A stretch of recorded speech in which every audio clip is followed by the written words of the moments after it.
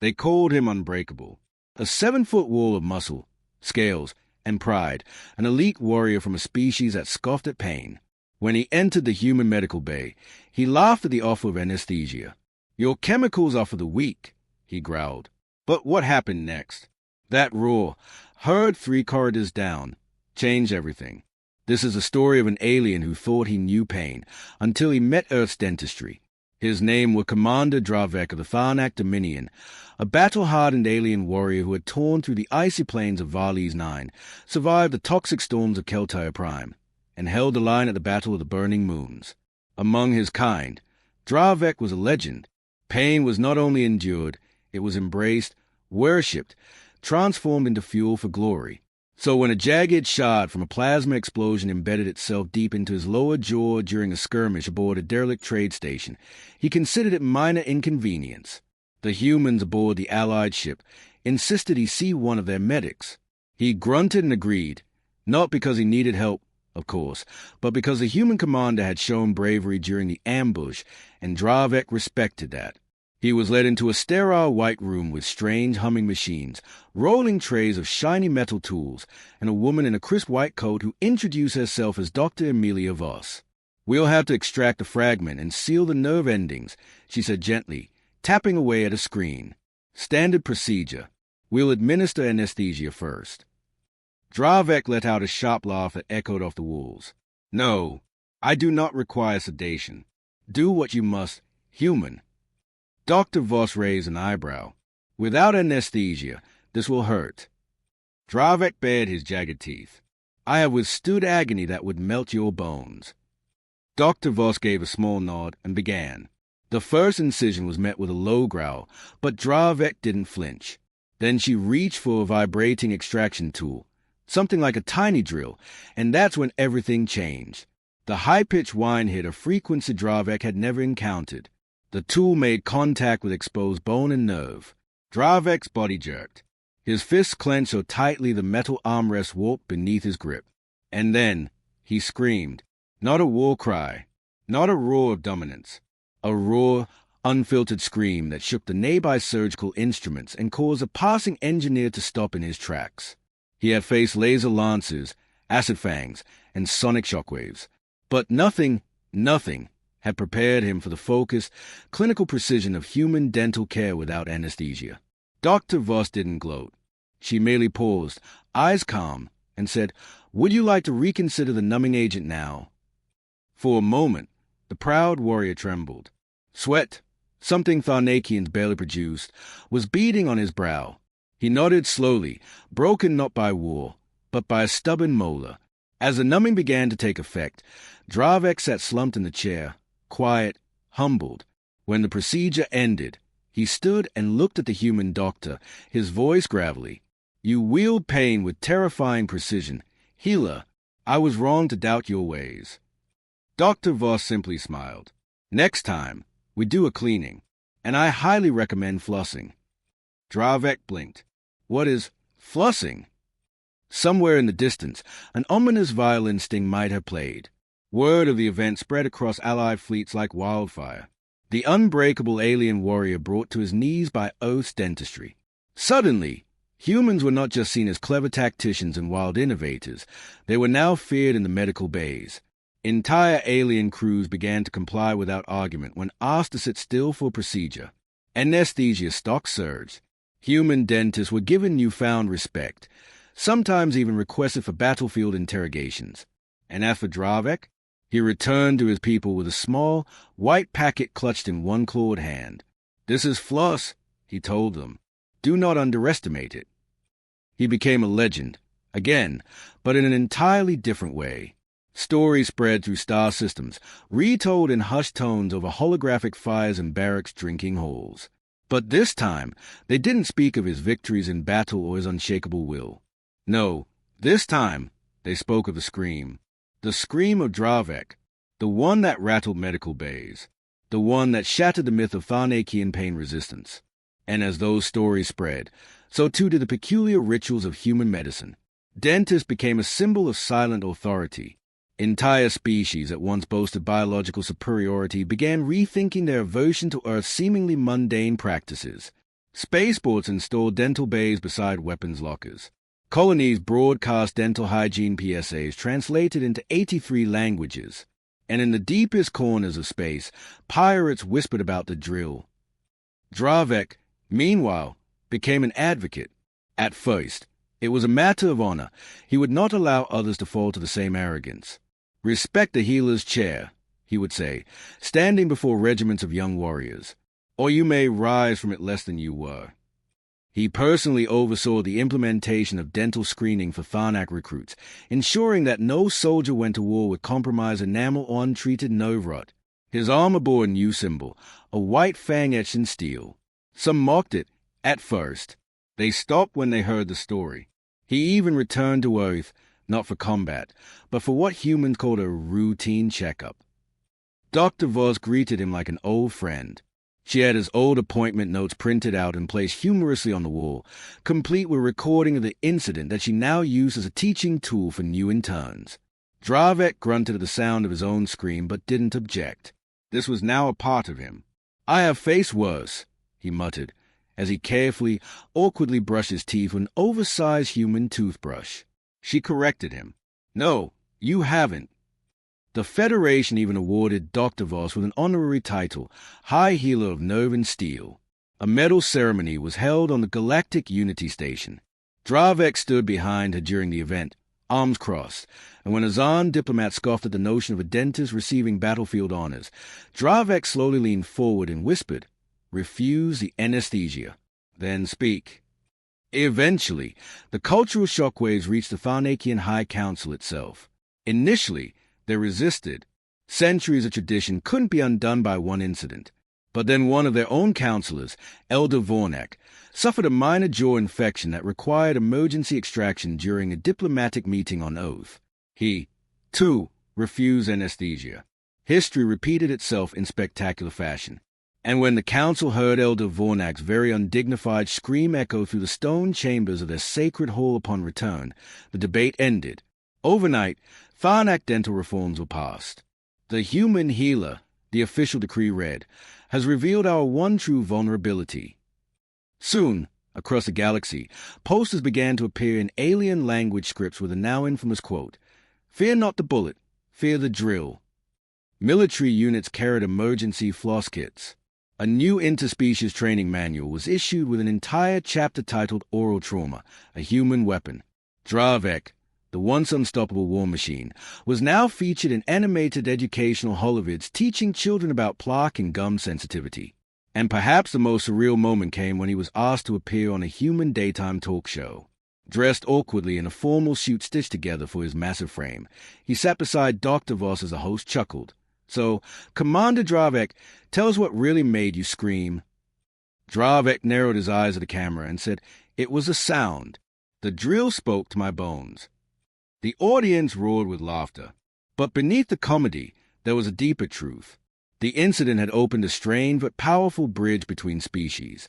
Where once brute strength and military might defined status, now there was a strange reverence for the small, meticulous acts that humans excelled at. Healing became heroic. Hygiene became sacred. And pain? Pain was no longer the mark of strength, but of stubbornness. Dravek had learned it the hard way, and he wore that lesson with more pride than any war medal. In fact, when asked to give advice to young recruits before deployment, he didn't speak of tactics or courage. He simply said, "Take the shot, always take the shot." And every recruit knew exactly what he meant. Years passed. Wars came and went. Alliances shifted. New species joined the Federation, each bringing their own customs, technologies, and, inevitably, their own resistance to Earth's peculiar methods. But Dravek remained. Older now, his scales dulled slightly with age, his movement slow but no less deliberate. He had become something of a legend not just to warriors, but to scholars, historians, and medical professionals across the galaxy. His legacy was no longer just about battles won with blades or blasters, but battles won with humility, with wisdom, with the acceptance that even the strongest had learned something new, even from a species as unpredictable and underestimated as humans. One day, long after he had retired from active duty, Dravek was summoned to speak at the Intergalactic Academy of Medicine. The theme, cross-cultural health practices, and the psychology of pain. The hall was packed, young human med students, curious alien scholars, military representatives, even cybernetic beings from the Syntherian Accord. When Dravek stepped onto the stage, silence fell. He looked over the crowd, pausing for a long moment, then spoke. I have stood upon the burning bones of my enemies. I have tasted ash and blood. I have endured the screams of comrades lost to the void. But nothing, not one moment, has burned itself into my soul like the first time I felt the bite of a human dental drill without anesthesia. I believed pain was weakness, that to feel it was to be less. But the truth is that to fear learning is the greatest weakness of all. The audience sat in stunned silence. Then, slowly, applause began. First a few humans, then a cluster of Jarati biotechnicians, then the Vesk, the Jan, the crystalline glimmerites. Even the stoic Syntherian representatives pulsed with pale green admiration, an expression of deep respect among their kind. Dravek held up a small, transparent container, barely the size of a fist. Inside, coiled neatly, was a strand of floss. This, he said, has ended more arrogance than any warship. The crowd erupted in laughter and cheers. Afterward, as he walked through the hallways of the academy, young beings approached him with awe, some asking for holopics, others presenting their own toothbrushes for his signature. One small child from the amphibious Relari species asked him shyly, "Did it really hurt that bad?" Dravek crouched down, meeting the child's gaze. "Worse," he said, voice soft. "It was a pain I could not fight, only endure."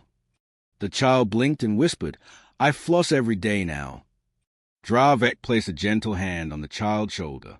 "Then you are stronger than I was." And so the story endured, engraved into murals aboard space stations, reenacted in theaters, even turned into an animated human cartoon series called Commander Dravek's Painful Adventures in Oath Healthcare, which became a cult hit across 16 systems. Dravek voiced himself in the first season, insisting that the scream be authentic. Back on his homeworld, he had a quiet chamber in his home. Inside were relics of war, medals, fragments of ships. But at the center, in a glass case illuminated by a soft beam of white light, was a single human dental drill. Beneath it, etched in a plaque of obsidian, were 4 simple words: "Never again without anesthesia." But legends, especially the strange and powerful ones, never truly end. They evolve. One quiet night, many years later, long after the Academy lectures and galactic fame had faded into peaceful retirement, Dravek received a visitor. His home on the Thanakian moon of Krell's Hollow overlooked a black crystal forest and the red rivers of molten iron that cut through the land like glowing veins. It was the kind of place built for reflection, not for visitors. But tonight, someone had arrived. A small Earth shuttle, painted white and blue, touched down with a hiss of steam. Out stepped Dr. Amelia Voss, older now, silver streaks in her hair, her eyes still sharp and calm as they had been that day in the med bay. They sat together under the stars, sharing a drink made from fermented Tharnak root and oath honey. There were no reporters, no awards, no laughter, only silence and memory between them. After a long pause, Dravek broke it. "I never asked," he said slowly. "What made you offer the anesthesia again after I refused it?" Dr. Voss gave a small smile. "Because I knew. Pride is a universal language. But pain? Pain is a lesson. You just had to be ready to listen to it." Dravek chuckled deeply, the sound vibrating the stone beneath them. "I hated you for a moment." "I know," she said, raising her glass. He sipped, then sighed. "But it changed me. You changed me. Not with war, not with medicine, but with mercy." She leaned back, eyes scanning the alien constellations. "Funny thing is, you changed me, too. I used to think strength was only about knowledge and control. But now I know, sometimes strength is knowing when to surrender, when to say, 'Yes, I need help.'" They sat in comfortable silence for a while, the universe stretching out around them. And then, without ceremony, Dr. Voss pulled a small, rectangular box from her coat pocket and handed it to him. He opened it slowly. Inside was a sleek, matte black sonic toothbrush, customized for Tharnakian hands, inscribed with his old unit's crest. A gift from Earth's Dental Federation, she explained. They wanted to honor the first non-human grand patient of the year. Dravek laughed, loud, genuine, a sound that shook a passing moonbat from a tree. They still fear you, you know, he said. In some systems, your name is used to discipline children. Brush your teeth, or Dr. Voss will come. She winked. Good. Fear is the beginning of good hygiene. And somewhere, in that vast starlit silence, the galaxy turned a little slower, a little wiser. One warrior and one healer, bound forever not by battle or conquest, but by a single, unforgettable moment of pain and everything that came after it. The story of Dravek was no longer a joke or even a cautionary tale. It was a parable about humility, about connection, about the bizarre, beautiful power of being human and what it could mean even to those who weren't.